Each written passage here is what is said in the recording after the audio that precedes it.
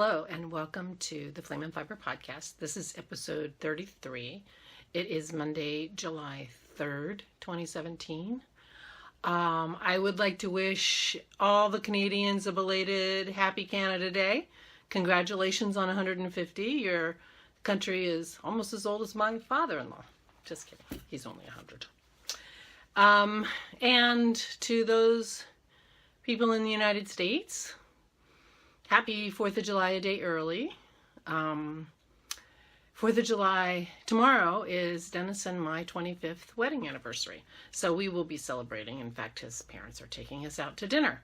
I always highly recommend people thinking about setting a wedding date to pick the 4th of July. If you work in a 9-to-5 job in the United States, you're usually off on the 4th of July. And it is one of those holidays that doesn't float. They don't move it to a Monday. Somehow the 4th of July just has to happen on the 4th of July. So you always have your anniversary off from work if you have a 9-to-5 job. If you work in retail, forget it, because it's a big shopping day, I guess. I don't know. But there are a couple drawbacks to having your anniversary or getting married on the 4th of July. First, it's really hard to find someone to officiate at your wedding because it's a holiday.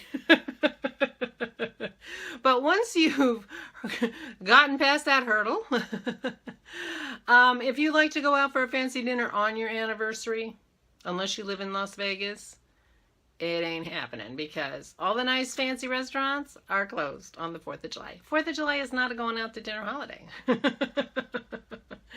It is a staying home and barbecuing holiday. So, those are the only drawbacks that I am aware of. You have fireworks on your anniversary every year, which is nice, unless you have dogs that are afraid of fireworks, and then it's the worst night of the year. So anyway, so Dennis and I are celebrating our 25th anniversary, so that's fun. We're actually going to go on a little vacation in the middle of August because he turns 65 in August. And so we're going to celebrate his 65th birthday and our 25th anniversary. And I will tell you more about that when we get closer to it. But meanwhile, back at the ranch, this is actually a knitting podcast. I know that's hard to believe. And I've been busy. I've been so busy knitting. I don't know what happened. Well, you know, having 2 weeks in between podcasts has made a big difference in sort of my level of, well, I mean, probably hasn't made any difference in my level of productivity. It's just, well, it could because, you know, doing the podcast takes a good amount of time. So that's all knitting time. I mean, you do realize that I am giving up my knitting time to do this podcast. But I'm not trying to fool you. I'm not doing it for you. I'm doing it for me because I really love doing the podcasts and I really love the community I found since I started doing the podcast. But it does take away from my knitting time. So doing it once every 2 weeks instead of once a week gives me a little bit more knitting time. But when you add up everything, you know, it just seems like more. So I have finished some knitting. So the first thing I will show you are my June socks. I finished my June socks. And the pattern for these socks is Socks with Holes In by Luli. It's part of her Luli's Simple Sock pattern, which, you know, I really enjoyed these. I didn't even have to print out the pattern. I just was able to look at it and say, oh yeah, I can do that. And I did it. And they're lovely and nice. And I love the way these have turned out. This is the beautiful Flame and Fiber yarn by Jake of Dog Star Knits.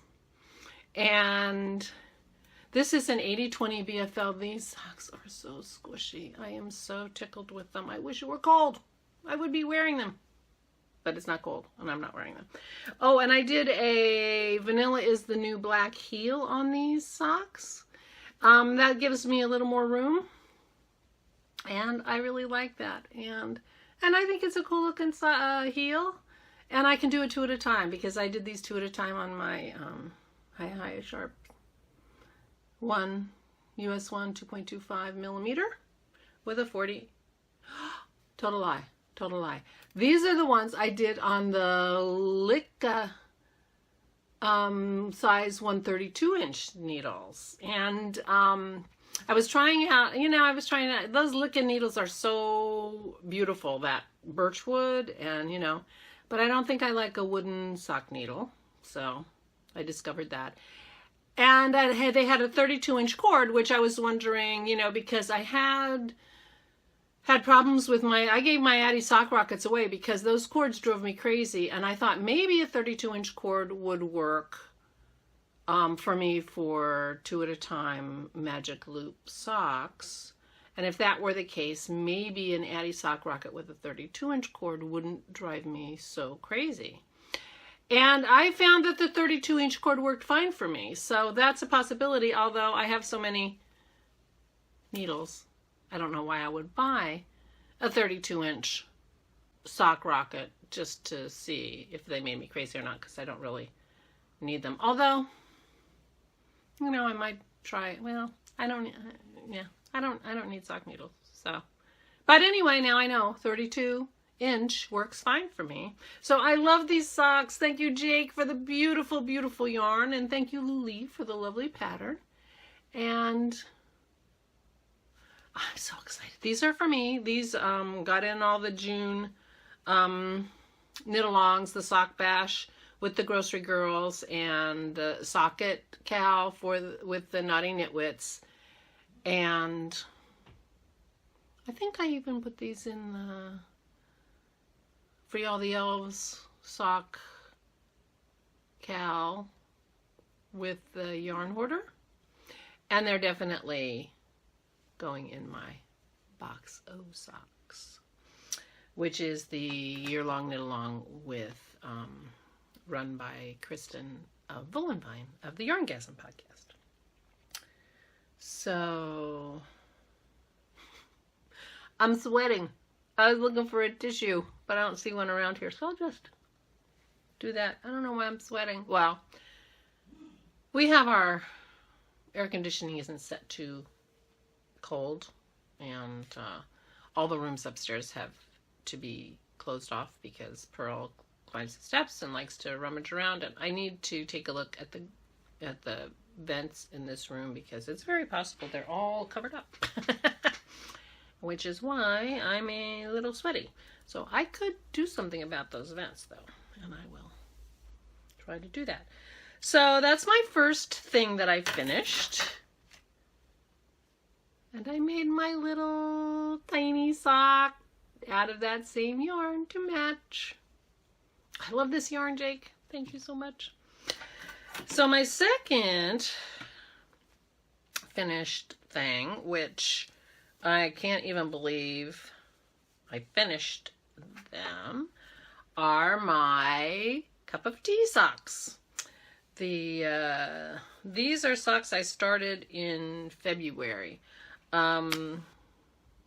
My February, the socks for all the cows for February, I made in quickly and gave them to my mother-in-law for her birthday. Her birthday is on Valentine's Day.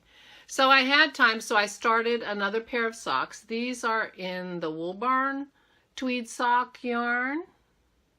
It's about right. It's a little dusty rose in the Sweetheart colorway, and this is my first time doing tweed. That was nice. This is lovely yarn. And the pattern is My Cup of Tea, which is a free pattern by Robin Lynn. And I had made 2 pairs of fingerless mitts.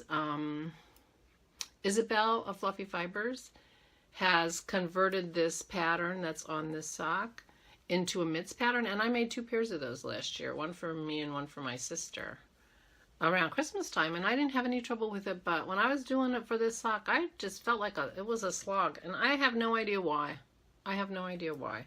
But I finished them off. They turned out beautiful. So these are going in for all the elves with the yarn hoarder, and these are going in my box of socks because these are for me. The February socks, other February socks were for my mother-in-law, so they don't go in the box of socks. But these are for me, and they turned out really nice, and I'm very happy with them. And it's a lovely pattern. Do not think that my non-desire to knit on those socks had anything to do with the fact that it's not a lovely pattern. It's well written. It's memorizable. If you tried, I'm sure.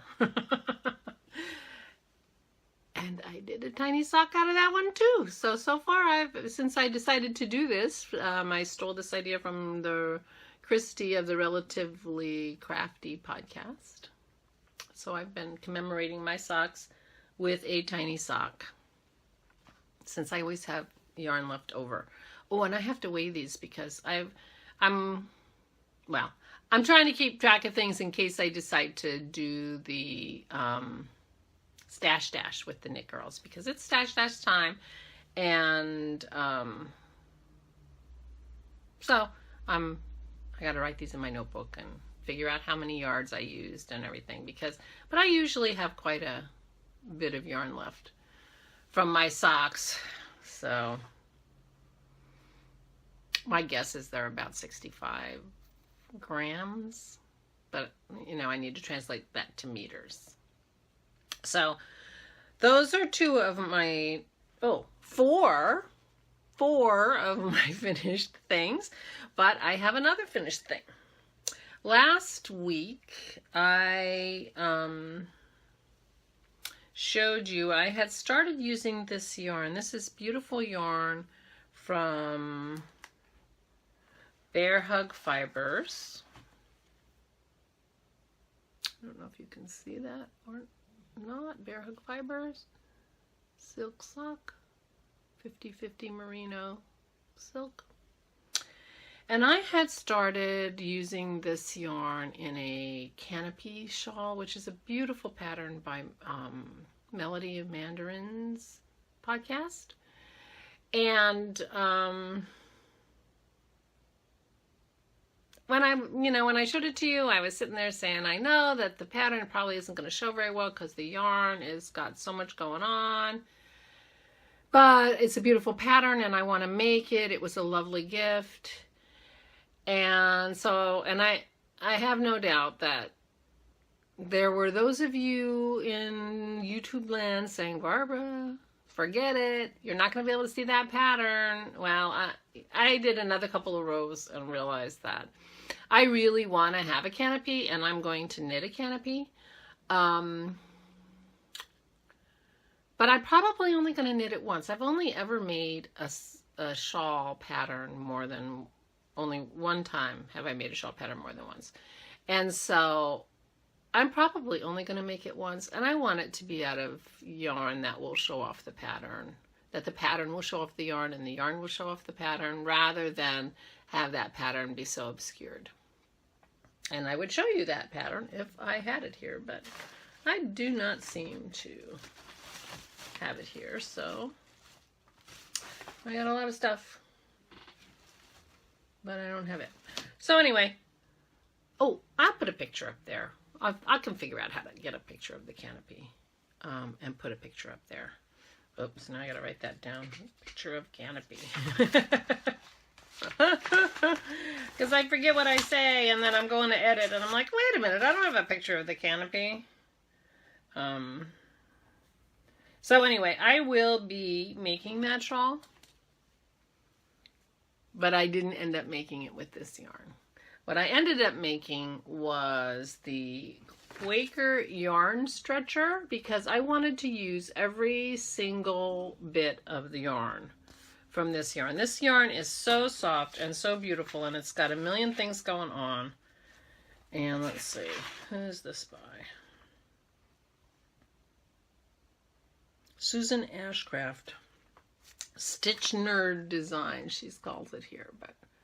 And this pattern calls for DK to Aran weight, but this is a fingering weight, but it doesn't matter. So this is an asymmetrical triangle pattern, and it's just got stockinette with some reverse stockinette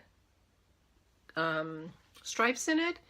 And the whole point of like I said, the whole point is to use up every bit of yarn. But as I was going along, you start down here. No, you start down here, with just a couple of, oh, my end is cut a little.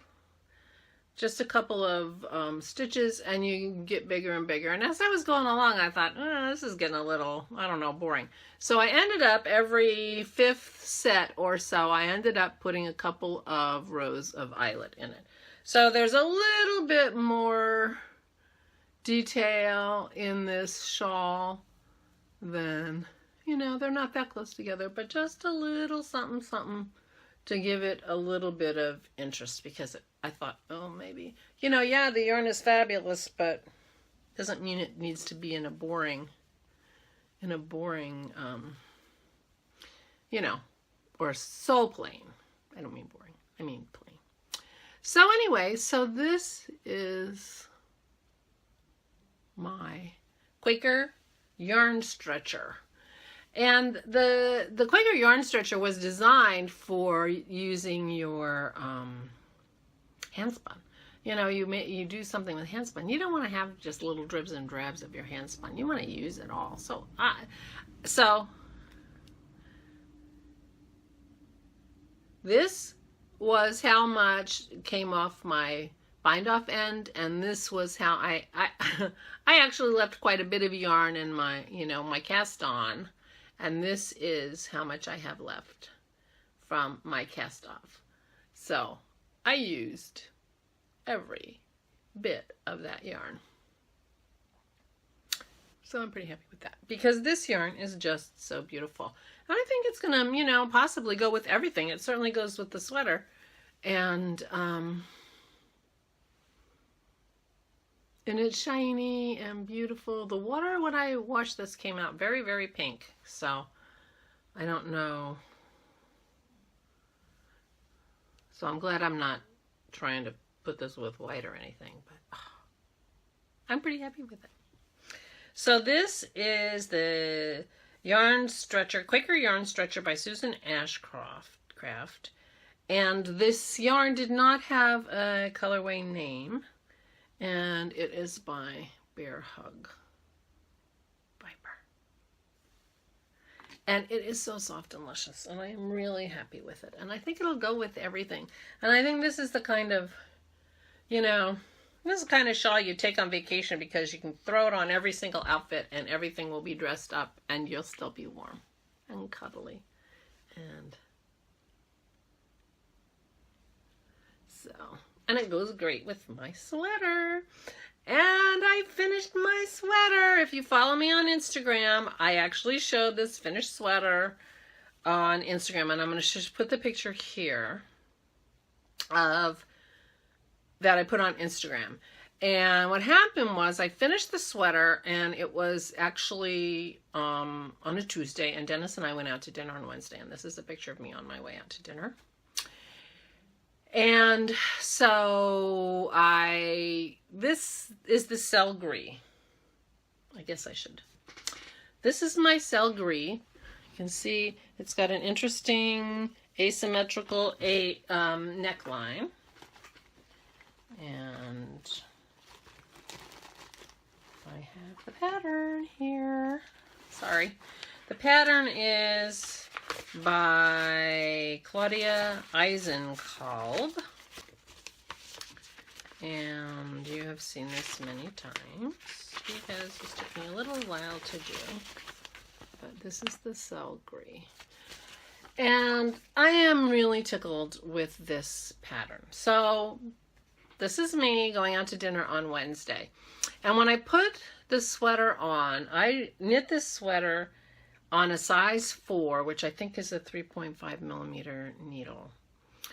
And I knit the sleeves on a size 3. The sleeves are ribbed, and I put them on a size 3. I started, and I don't know, one of these you can see the first few rows were on a 4, and then I thought, oh, I don't know how that's going to work out. Let me put them on a 3. So I was worried about running out of yarn. So this is the one where I knit a whole 500 yards and thought that it was the wrong size. I had more room than I needed, and I was afraid I wasn't going to have enough yarn. I had 2 balls, 1,000 yards, and after I finished the first ball, I thought I don't have enough to finish the rest of it with this one ball. So I tore it all out and I made the size down, and I'm pretty happy with how it fits. But I didn't end up making it quite as long as I wanted it to be. So I blocked the snot out of that sweater. I stretched it. And so I got it the length, that I was happy enough with. And but the result of that stretching was that it opened up the fabric of the sweater more, and it also made it a little skinnier. So I was perfectly happy to wear it on Wednesday night, but it felt like the fabric was a little too sheer for me. So I ended up wearing a tank top underneath it. And so I'm wearing a tank top in this picture. And you can see where, my waist is, because I tucked the tank top into my pants because it was kind of short anyway. Anyway, it was kind of see-through. So on Wednesday night, I was talking to the ladies at night. Hi, ladies. And thank you, Simona, for the encouragement. I decided to cut the ribbing off the bottom of my sweater and gather every scrap of yarn I had left and lengthen the sweater. So here's a picture of my sweater with the ribbing cut off. And then here's another picture of all the scraps of yarn. So I had a little bit of each of the balls. I had cut what I had left when it was time to do the sleeves. I had cut that in, weighed it in half, and, so I had two little tiny leftovers from the sleeves because I hadn't used every bit of it on the sleeve. I had apparently, and I didn't remember this, but it's been a while since I wound the ball, at the very end of winding one of the balls of yarn, I had a tangle, and I just said, forget it, and I cut the yarn. So I had a ball about that big. After I untangled it and made it into a ball, it was about that big. I didn't weigh the ball separately. And then I had my gauge swatch. And so when I took all these little pieces of yarn all together, I had about 24 grams of yarn left, which is a quarter of a ball. Not quite, because I think they were 4 ounces. But anyway, so I decided it's enough to, add an inch or two, and it would be nice to have my sweater longer. So that's what I did. I cut off the ribbing, and I ended up having to unravel another inch up the stockinette because I ended up with this really weird stitch that I had a weird stitch, and I tried to drop it back so I could fix it. And maybe because I was going the wrong direction, because, this is cast on the bottom. So when I cut off the ribbing and started knitting down, I was knitting the opposite direction of what I had previously knit. But it doesn't matter. So I don't know why I couldn't just drop that stitch back and fix it. But I couldn't. It was like interwoven, and I have no idea how it happened. But anyway, so and it looked like a mess after me trying to fix it and not being able to fix it. So I unwound another inch or so. So anyway, I'm going to show you. And if this doesn't work, I will cut it out, and I will put another picture of me today that Dennis will take later. But I'll try to show you my sweater. So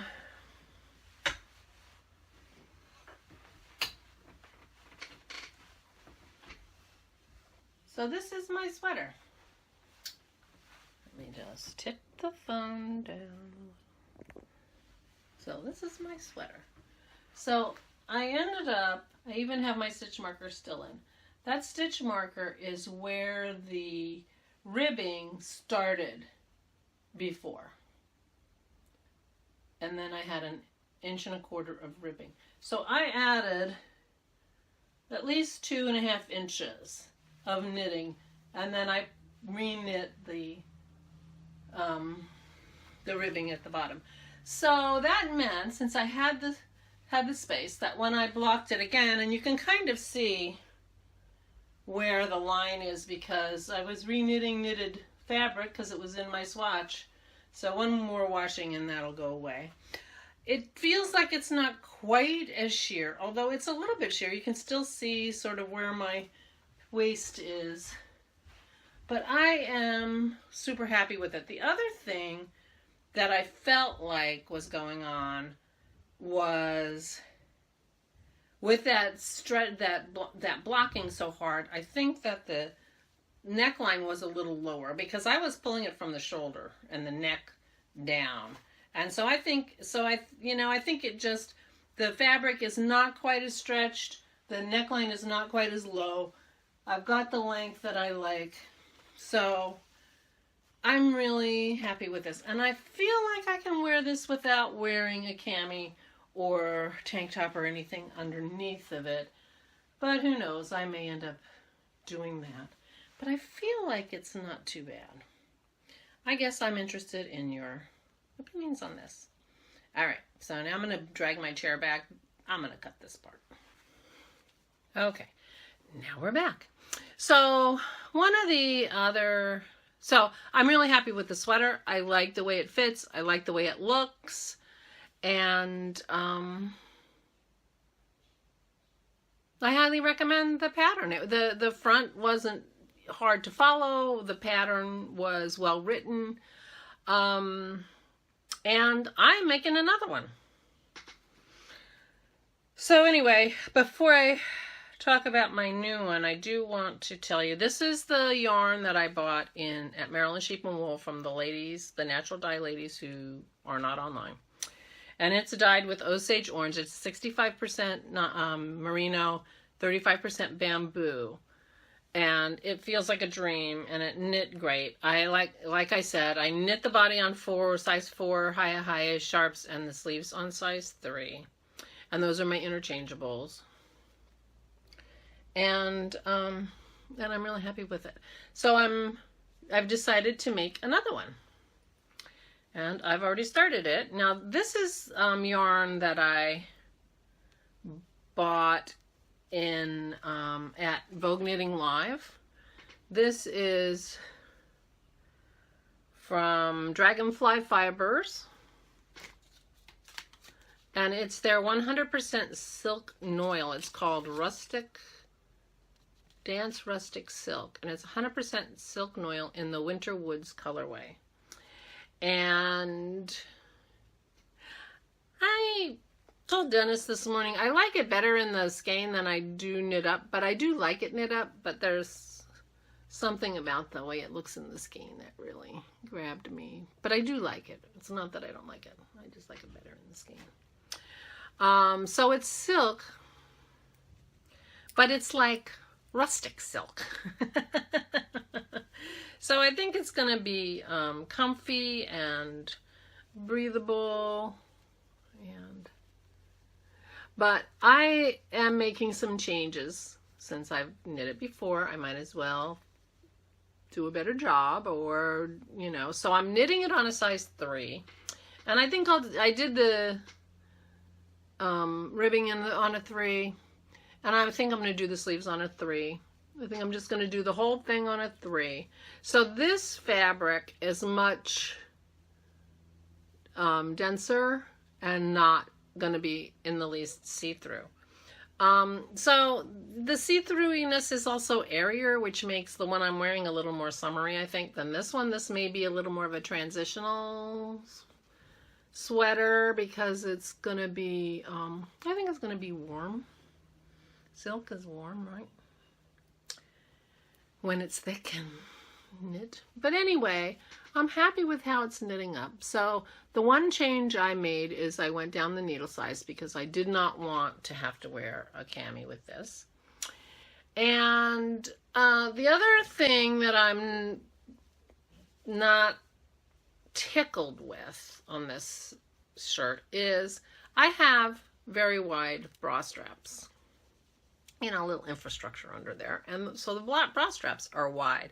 So while this covers my bra straps, that does seem like when I move around and whatever, I feel like I'm always like fixing the bra straps. So I think what I'm going to do is I am just going to bring my other one up a little closer to the neckline and not do the last few decreases on the front. So I think that will give me a little, oops, sorry, jumping in your face, a little bit of a wider, because this ended up being 20 stitches wide. So I think if it's 23 stitches wide or 24 stitches wide, 23 probably would be enough. Just 3 more stitches wide, and I think I won't be fussing with it all the time. Because I feel like I definitely fussed with it when I went out to dinner. Because I had a tank top under it, and I, was fussing to make sure the tank top stayed covered. I think the bra straps are not going to be quite so much of a problem, but I am conscious of it, and I feel like I'm going to be fixing myself. See? See that? That's my bra strap showing. Yeah. So, I also thought about seeing if I can find a bra with, less skinnier bra strap. But anyway, you don't care about that. So that's a change that I'm going to make when I make this one. I'm also going to make the sleeves maybe 1 more inch longer so they really truly are elbow length. This, I made these longer than the pattern by maybe even 2 inches, 1.5 inches maybe.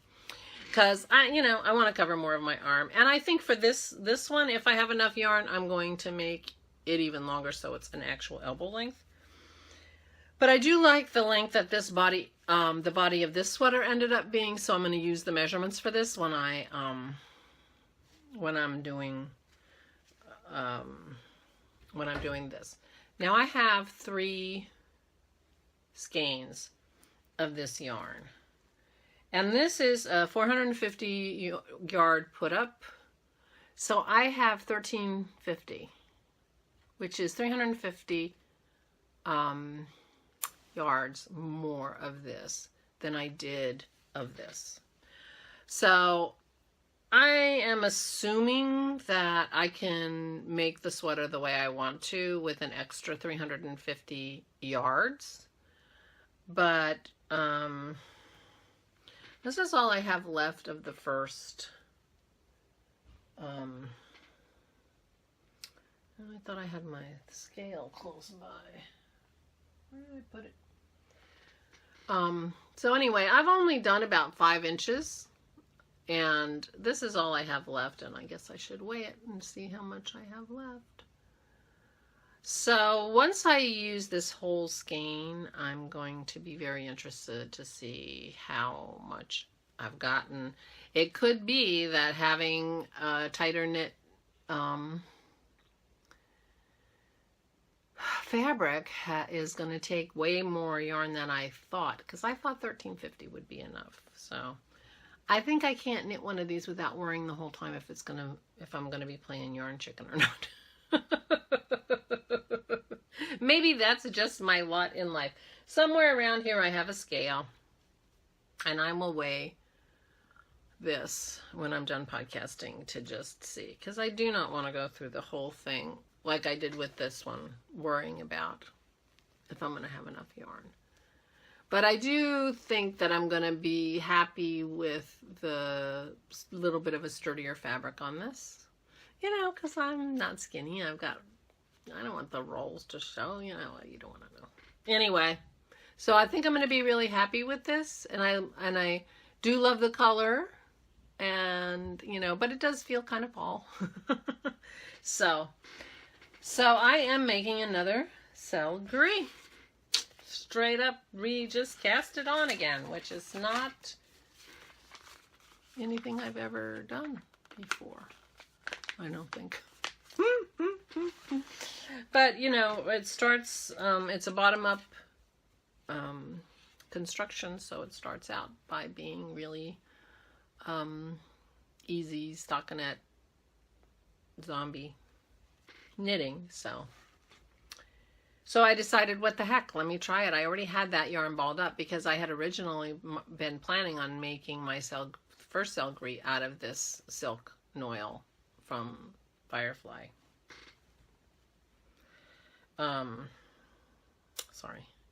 dragonfly fibers. And so it had been already balled up and ready to go. And so I thought, you know, what the hell, let me just keep going. So I'm keeping going. I even put it in the same bag, which is the beautiful bag. I love this bag from Debbie Reese's aunt that I bought in Debbie Reese's Etsy shop. Debbie Reese is one of the periscoping sisters. So I am working on that. And I have started, it's July, so I have started my July socks. Now my original idea for my July socks was that I had bought size a 9-inch circular, and I have a single sock blank that I bought from Andre Sunitz, Andy. And it's beautiful, and I thought, well, but it's also single, and I normally knit my socks 2 at a time. And I thought, and I had been interested in trying the 9-inch needles, and I thought, well, let me do the Afterthought Everything, which I didn't buy the pattern, although Aquila of the Lefty Knitters podcast, she bought it and she said it was only a couple of dollars. So if that's the case, then I'll buy it because, you know, it's a good idea, and I'm stealing the idea, even though I have no idea if I'm doing it the same way. But the idea is you knit one giant long tube, and then you cut it, and you you have a ribbing at the top of the tube and ribbing at the bottom of the tube. You cut it in the middle, put in toes, and put in heels, and everything's an afterthought. Which would work for me because I do want to knit both of my socks at the same time, but then I'm just knitting them one at a time on a big long tube. And I have been interested in a size 9-inch needle to see what I thought about it. So anyway, that was my plan.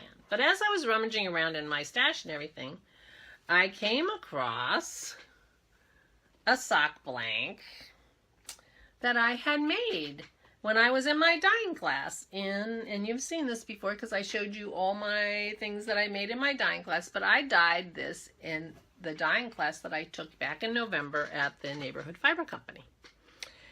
And I thought, oh, let me knit that one instead. So I'm not knitting Andre Sue's sock blank. I'm knitting my own on this 9-inch needle. And I am completely in love with how this is knitting up. I'm so excited for my sock blank. I love it. I do not like the 9-inch needle, I have to tell you. I mean, I think I started that SEL Gris so I could just knit on that because I didn't want to knit on this 9-inch needle.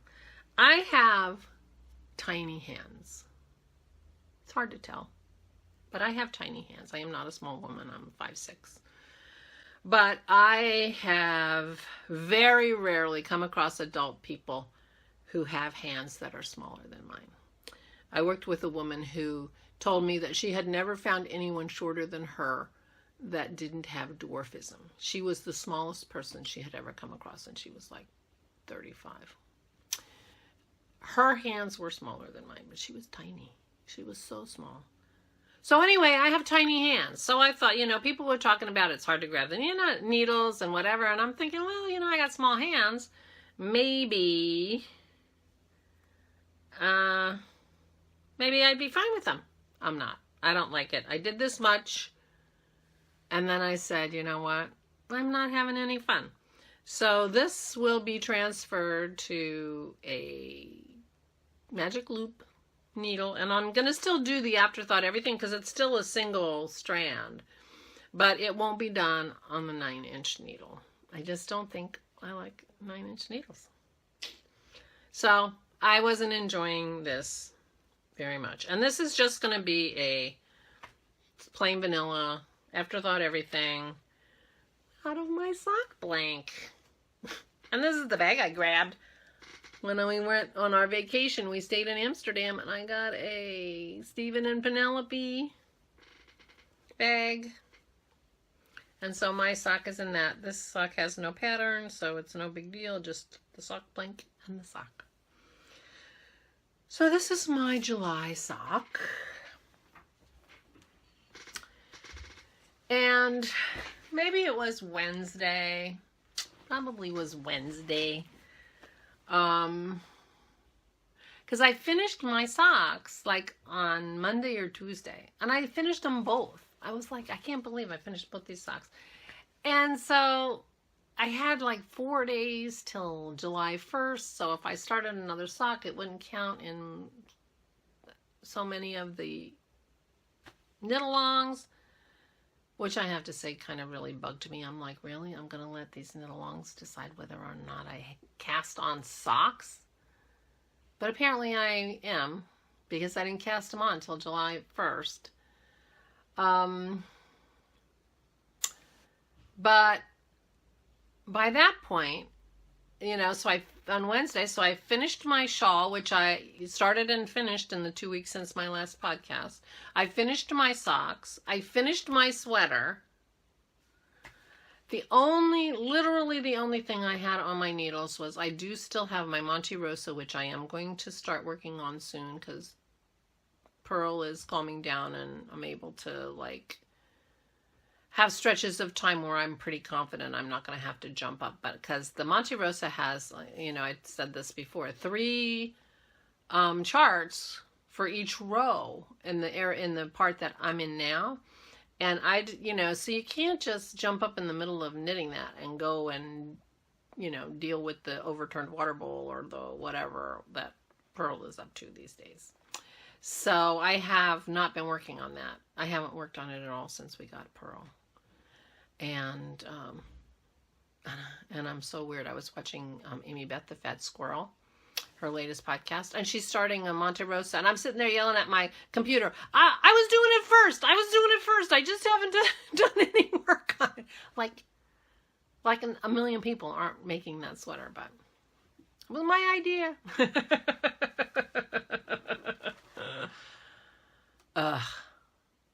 I'm a dope. Anyway, that it was literally the only thing I had on my needles. And I'm sitting there, and I hadn't decided I was going to do the SEL Gris again. And this was when this was blocking the first time, because I wasn't sure how happy I was with it because I hadn't worn it yet. So I picked up, because of course you have to knit something. And, you know, and I do feel ridiculous not just picking up some socks and starting socks, because I had that second pair of socks going the whole time since February that I couldn't work on in between. So there's no reason not to have another pair like that I can work on in between my monthly socks. But that's something I have to work out with myself, and I guess I don't need to do that on camera. In front of you, you don't care. But for quite a while now, I've been thinking about doing something to knit or possibly crochet, although I don't crochet. I do have my crochet blanket on the hook too. Those are the two things: my sweater, my Monte Rosa, and my crochet blanket. And I don't know why I'm not working on my crochet blanket, because I really enjoy it when I do it, but I feel like I have to make some decisions about the yarn. And I don't know why. I have this idea that I need to, you know, make minis to trade with my leftover socks, and I don't know how much to use and all this stuff. I'm not in any trades. I'm not in any mini trades. I don't know why I need to worry about that. I don't. You're finding out how weird I'm getting. I'm getting weird. But anyway, my whole knitting thing is I need to relax about it. I guess. I just need to relax. I mean, that was part of why I went to every other week for the podcast, but it's not the podcast's fault. Obviously, I'm just a nutcase. But anyway. So I ended up picking up, and I was reading this book, The Mason-Dixon Knitting Outside the Lines by Kay Gardner and Anne Shane. And I had shown you this book before when I bought it. I bought it used. It's from a library, which is why it's got a nice cover on it and everything. It's from the Stark County District Library. So some Stark County somewhere got rid of this. But I am making the antimacassar, and I do not know how to pronounce that. And it's basically like a doily thing and that kind of stuff. But that's the name of it. And this is what it looks like in the picture. Now I'm only making it out of one color, so it's just going to be a texture thing for me. But I have been wanting to make a table runner or something like that for my table, and either knit or crochet. And I don't know why I think crochet, because I don't crochet, which is where I was when I went off on that tangent about my crochet blanket. And Devin of Francophone Knits is planning on making some placemats, and she was talking about, you know, nothing in my house is handmade. Well, I have lots of things in my house that are handmade. Not necessarily by me, but it got me thinking, and I didn't know, you know, what I wanted to do, and I saw that, and I thought, oh, maybe I'll start making a table runner. So I have a lot of the Shibui linen. I guess I like this color because it's very similar to, I'm liking this color. Oh, and what color is this anyway? This is Shibui linen flaxen. It's the Shibui linen, and the colorway is flaxen.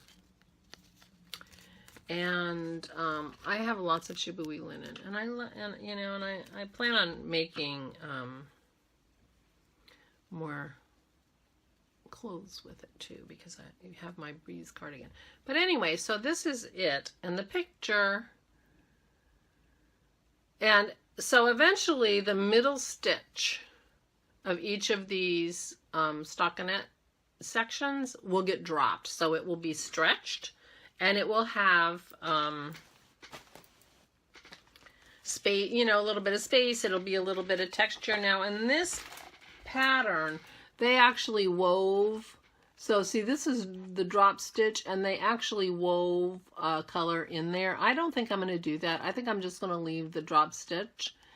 And they have the stitch that has the color.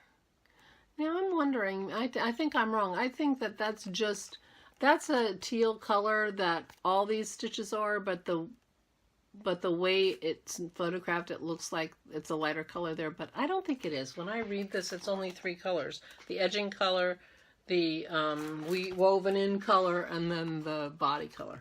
So anyway, I don't think I'm going to do the weaving in. So it has a bit of texture. It has these lines going up and down, and it's going to have the opening here once you drop that stitch, and then you knit an edge all the way around it. So this is going to be a nice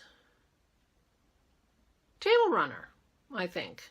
Now I have to decide if I'm going to use the same color for the edge. I have several colors that go really nicely with this flaxen, so I might use a different color. Now, so this was my board knitting on Wednesday before we went out to dinner. Now, it wouldn't surprise me to discover that I don't work on this again forever. And that it eventually just gets frogged.